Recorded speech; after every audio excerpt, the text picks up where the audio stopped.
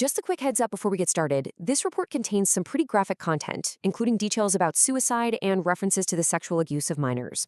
If you or anyone you know is going through a crisis, please reach out. You can call or text the Suicide and Crisis Lifeline at 988. So, on August 10th, 2019, one of the most infamous inmates in the entire federal prison system was found dead in his cell.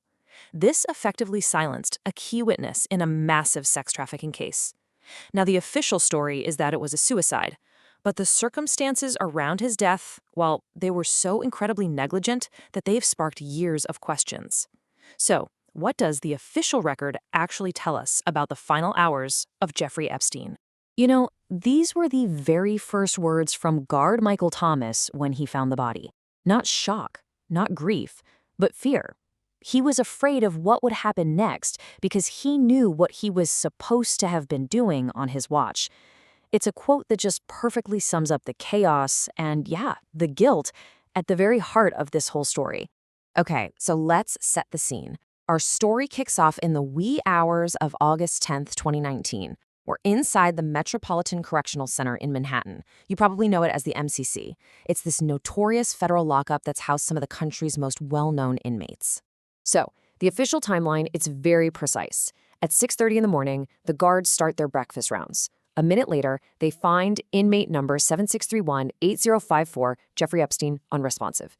An emergency is called, they start trying to save him, and within minutes, he's rushed to the health unit. An hour later, he's pronounced dead.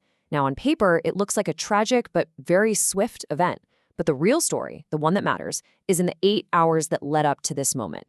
Right, that discovery at 6:30 a.m., it was really just the end of a nearly 8-hour void, a huge chunk of time where Jeffrey Epstein was left completely, totally unmonitored, because all the rules were just thrown out the window. Look, the Bureau of Prisons policy isn't just a friendly suggestion, it's a super rigid set of rules made for safety. Inmates in the Special Housing Unit, the SHU, they have to be counted 5 times overnight. Guards are required to literally walk the tier and check on them every 30 minutes. But on the night of August 9th, none of that happened. As you can see here, the guards, Tova Noel and Michael Thomas, they didn't do a single count. After 10:40 p.m., they didn't make a single round. And the logs that were supposed to track all this, they were just filled with lies. So what were they doing instead of their jobs? Well, the surveillance video from a common area tells a pretty damning story. They just sat at their desk for hours. For about 2 of those hours, from around 1 a.m. to 3 a.m., it really looks like they were asleep.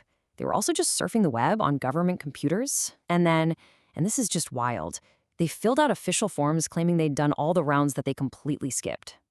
And when investigators looked at their computer activity, they saw just how distracted they were. While she was on duty, Tova Noel was literally browsing for furniture sales and looking up employee benefits. Meanwhile, her partner, Michael Thomas, was searching for motorcycles and reading sports news. I mean, just totally mundane, everyday internet stuff, while a man whose safety was their #1 job was left completely alone. But this is the search that is just so chilling. It was done on Noel's work computer at 5:42 in the morning. Latest on Epstein in jail. This was just 48 minutes before they would officially find his body. So why would a guard be Googling news about an inmate they were supposed to be watching with their own eyes? It's a question that has just never, ever been answered well. But here's the thing. As bad as the guard's negligence was, it was really just the last link in a very long chain of failures. It's like the entire system created a perfect storm for this to happen.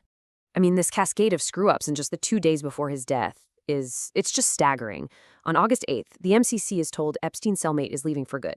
Protocol says you got to assign a new one. They didn't. That same day, staff realizes the camera system for his unit has been busted for 10 days. They don't fix it. Then, on August 9th, he's allowed to make a phone call that breaks multiple security rules. You see, each failure just piled on top of the last, creating this perfect storm of negligence that left him alone, unwatched, and completely unrecorded. Yeah, let's just focus on that phone call for a second. 21 minutes. That's how long Epstein was allowed to talk on an unmonitored, unrecorded legal line. A line that's supposed to be only for talking with your lawyers. He told them he was calling his mother, who, by the way, had been dead since 2004. Investigators later found out he was actually calling an associate in Belarus. What did they talk about for 21 minutes? We will never know. It was just an unbelievable breach of protocol. And remember, this wasn't happening out in some general population rec yard. The Special Housing Unit, the SHU, is the most secure part of the prison. Inmates are locked in their cells pretty much 24/7. Access is controlled by multiple locked doors. The entire system is designed to prevent exactly this from happening. You know, these failures in August, they didn't just happen out of nowhere. The MCC had been given this huge, flashing red warning sign just a few weeks earlier, a warning that they basically chose to ignore. So on July 23rd, the prison got a dress rehearsal for disaster.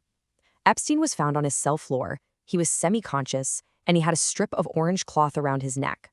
He was immediately put on suicide watch. But his story about what happened kept changing.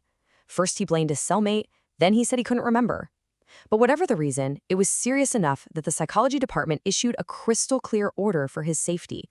And this is it. This is the order. An email sent on July 30th to over 70 employees at the MCC, from the warden all the way down.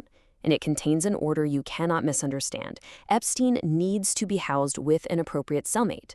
This wasn't a suggestion. It was a direct order, born from a life-threatening incident. And yet just 10 days later, that crucial, widely shared order was completely ignored. This string of failures is just so extreme, so complete, that it's no wonder it's fueled all kinds of public speculation. So, let's dig into a few of the details from the official record that have really kept these questions alive. And this gets us to the central question that just haunts this case. Can we really trust the official cause of death when it happened during such a catastrophic, multi-level failure? Was this just incompetence on a scale we can barely imagine? Or was it something darker? Well, consider some details from the official report that just make you scratch your head. At 10:40 p.m., right when the guards stopped making their rounds, the one working camera in the area caught a blur of orange moving up the stairs toward Epstein's tier. What was it? Who knows?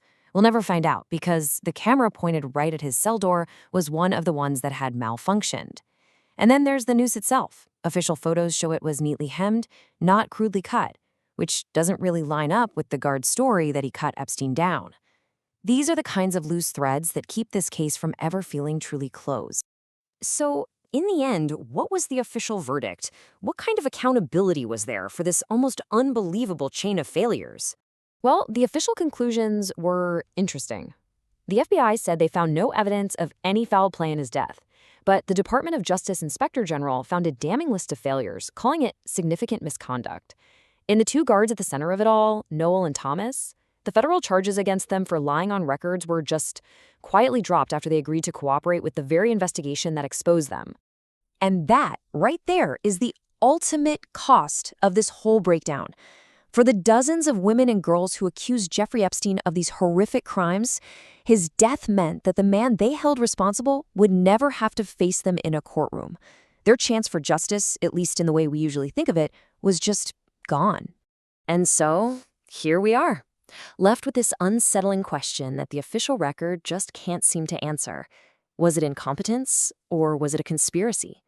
The only thing we know for sure is that a man who held secrets that could have implicated some of the most powerful people on the planet was silenced.